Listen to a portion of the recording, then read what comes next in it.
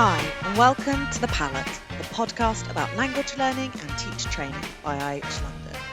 My name's Becky, and today I'm speaking with Nick Witherick for episode 3 of our Delta series. Today we're taking an in-depth look at module 2 of the Delta. We're going to try and answer all of your questions about what's involved in this part of the course. Okay, hi, welcome to the PALLATT. My name is Becky and I'm here today with Nick Witherick. We're doing the 3rd episode of our Delta series. So if you haven't listened to episode 1, where we take an overview of the Delta, or episode 2, where we look closely at module 1, go back and listen to those after you finish this one. But welcome to today's episode. Today we are looking in depth at module 2. So, Nick, hi, how are you doing? Hi, Becky. I'm fine. How are things? I'm good, thank you. So I'll get straight into my questions. First of all, can you please remind us what module 2 of the Delta is actually all about? Yes, so Module 2 is all about, and I'm quoting Cambridge here, developing awareness and expertise in the principles and professional practice of teaching English in a range of contexts. So it's basically the practical teaching module, and it's by far the most demanding and time-consuming of the 3. In terms of structure, it's a little complex as there are a number of assignments which we'll talk about in a bit. However, whether you take it face-to-face, at distance, blended, intensively, semi-intensively, or over 9 months, the components are the same. And the option you choose will obviously have some bearing on the pressure you feel while doing the course. But regardless of the course type, there's a lot to do, and it's not to be undertaken unless you're 100% focused and committed. Yeah, absolutely. So, how are you assessed and how many assignments are there in this module? Yeah, so assessment is by coursework portfolio, which includes classroom observations, and you submit 5 assignments. 4 of these are of the same type, and the 5th one is different and has 2 parts. We'll talk about the 5th one later. So there are 4 what are called LSAs. That stands for Language Systems or Language Skills Assignment. 3 of these are internally assessed, so you're observed and assessed by your course tutors, and the 4th one is observed and assessed by a Cambridge assessor. These days, there are options with external assessment, so the assessor can observe you teaching in your classroom as normal, or they can observe you remotely by you streaming the lesson, or they can observe you teaching online. So, I've heard there's a lot of writing. Yes, you're not wrong. So every time you teach an LSA, you have to submit a background essay of between 2,000 and 2,500 words. You also have to submit a lesson plan with around a dozen sections, including learner profiles, timetable fit, assumptions, language analysis, procedure, as well as a commentary of between 500 and 750 words. The commentary, which is basically a rationale for the lesson, is the only section of the lesson plan which has a word count. But when you add up the word count from all the other sections to that of the commentary, you're usually writing at least 2,000, 2,500 words for the lesson plan as well. Okay, and then presumably you're teaching the lesson.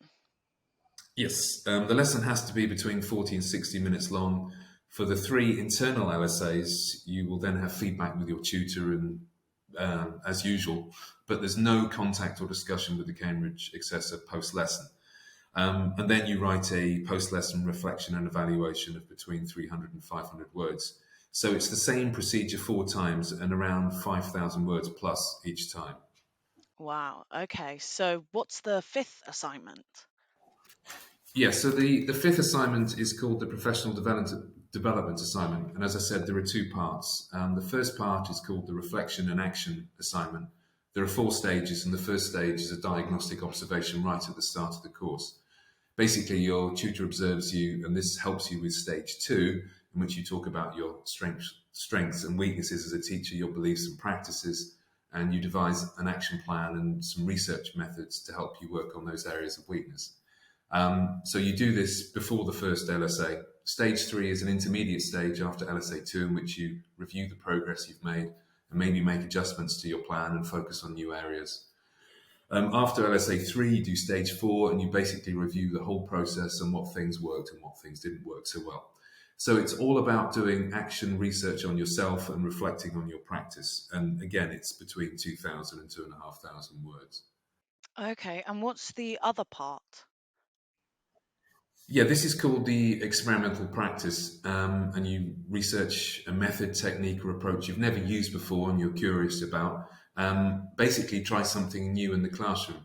It's a similar process to an LSA, but with a slightly shortened background essay and lesson plan.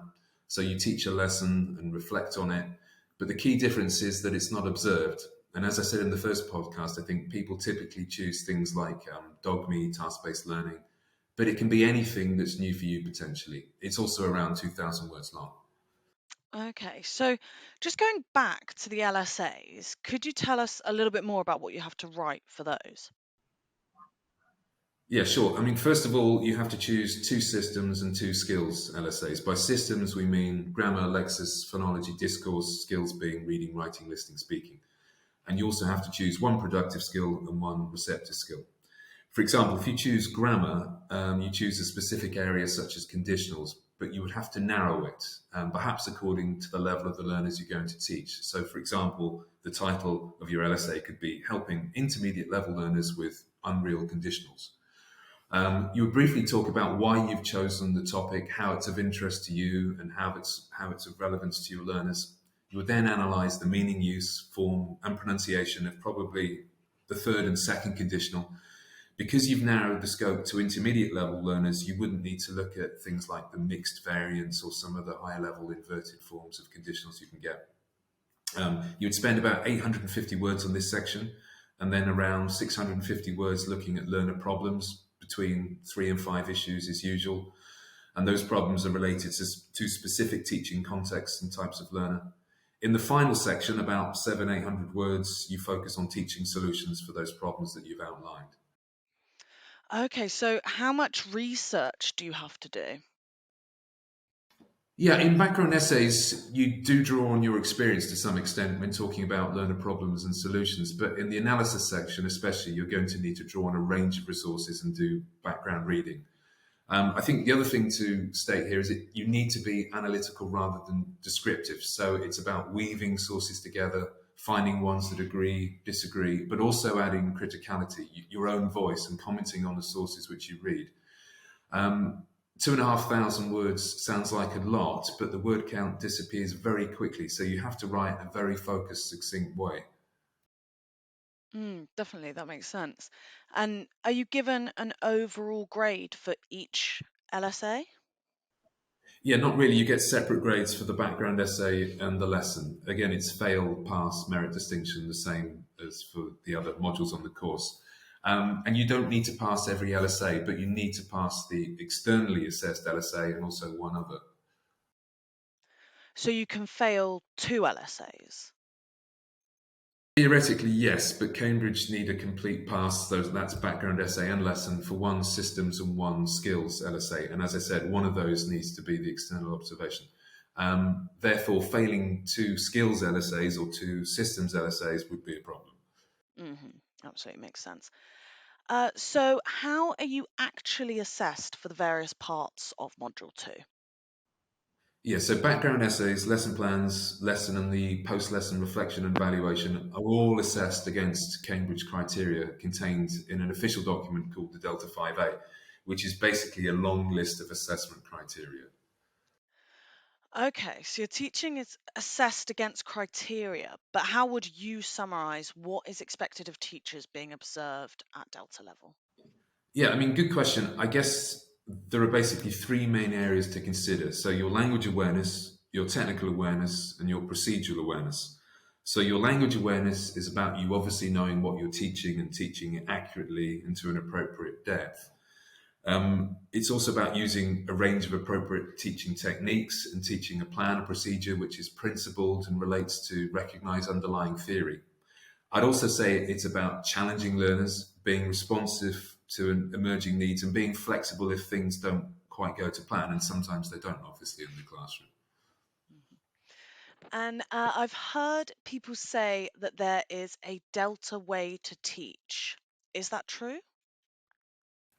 Not really. As I said, at the end of the day, you're being assessed against Cambridge criteria, and it's about you showing your understanding of a theoretical area and from your research planning an effective lesson for a particular group of learners. How you approach that is entirely up to you, but to some extent, it's all about you being able to justify it, which you do in the commentary, which we talked about earlier. Yet at the same time, you need to be mindful of Cambridge criteria. For example, there's a criterion which talks about actively involving and engaging learners. So if you decided to lecture your learners for an hour, then that criterion would probably not be met, and maybe some others as well. Mhm. So it needs to be more communicative teaching. Yes, advisable in some form or other. Absolutely. Makes sense. Well, brilliant. Thank you so much, Nick. That's all of my questions. And that was a really in-depth look at Module 2. I think it answered a lot of people's questions. So thank you so much. And we'll see you soon for our overview of Module 3. Great. Yes, thank you, Becky. See you soon. See you soon. Thanks. Bye, Nick. Bye bye.